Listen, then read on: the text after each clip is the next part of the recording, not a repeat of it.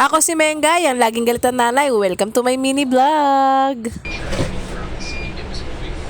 It's not that serious, no. At tignan nyo naman mga mare kung gaano kadumi itong mga electric pan namin, lalo na tong aming exhaust fan. Kaya hindi na dapat pinapatagal yan mga kumare. Tara samahan nyo ako maglilinis nitong mga electric pan namin. Una ko munang kinalas yung banda dun sa kwarto namin, tapos sinunod ko tong banda dito sa aming kusina. Bali isang linggo ko na nga pala siyang hindi nalilinisan mga kumare. Kaya tignan nyo naman gaano kakapal yung mga alikabok ng mga electric pan namin, lalong lalo na tong exhaust fan namin. Tapos sinabol ko na rin palang kalasin dyan yung filter ng aircon namin, kaya ayan, inuhugasan ko na rin. Pag panay bahing na ako ng bahing, ay panigurado, punong-puno na ng alikabok itong bahay namin. Kaya yung mga alikabok na yan, kahit hindi ko nakikita yan, ay naku day, walang takas sa akin.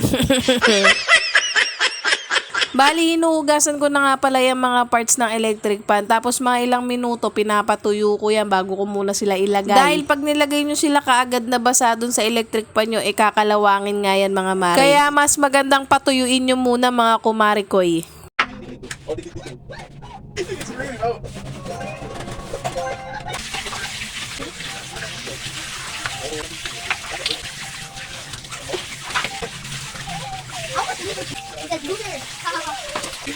At nung matapos ko na mahugasan yung mga electric pan, ito naman ang kakalasin ko, itong exhaust fan namin. Dahil lilinisan ko na rin yung loob at tignan nyo naman kung gaano kakapal yung alikabok. Pinupunasan ko lang yan ng tuyong basahan mga mare, at hindi pwedeng basa. At alam nyo na, baka masira. At baka mapalayas tayo ng Tatay Alex nyo.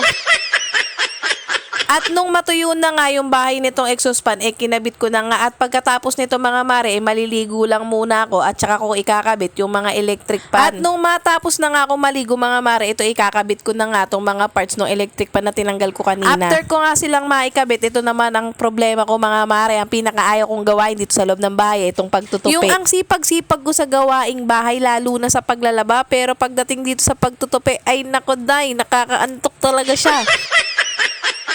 Pero wala talaga tayong magagawa dyan mga mare. Tayo na naglaba, tayo rin na magtutupi ng mga nilabahan natin. Kaya tigil-tigilan na natin ang pagre-reklamo. At nakita nyo ba yung winawagayway kong short? Ay naku mga mare, napakaganda talaga ng quality nung nabili ko na yun sa Black App. Gagawan ko na nga lang yun ng separate video mga mare. At nung matapos ko na nga ipagtutupi yung mga damit mga mare, dumating na nga rin ang order ng aking sister-in-law. Yan ang pa-birthday ng sister-in-law ko sa aming bunso. At opo, ngayon po ang araw ng kapanganakan ng aking bunso. Dahil Biyernes pa nga ho ang sahod namin ni Tatay Alex nyo, pinag-usapan na namin sa Sabado na namin siya i-date. At dahil sobrang love na love siya ng tita niya, tita niya na nga daw ang maghahanda para sa kanya. Tinanong siya ng tita niya kung ano daw ang gusto niya, at yan daw ang kanyang gusto, ang Popeyes at ang cake. Kaya ayan, wish granted galing kay tita. Kaya maraming thank you tita. Napakaswerte ko nga talaga sa pamilya ng aking asawa, ultimo dun sa nanay, sa tatay, lalong-lalo na sa mga kapatid ng aking mister. Love na love nila yung mga anak ko, lalong-lalo na rin yung panganay ko. Syempre, mas lalo na ako kahit pasaway ako.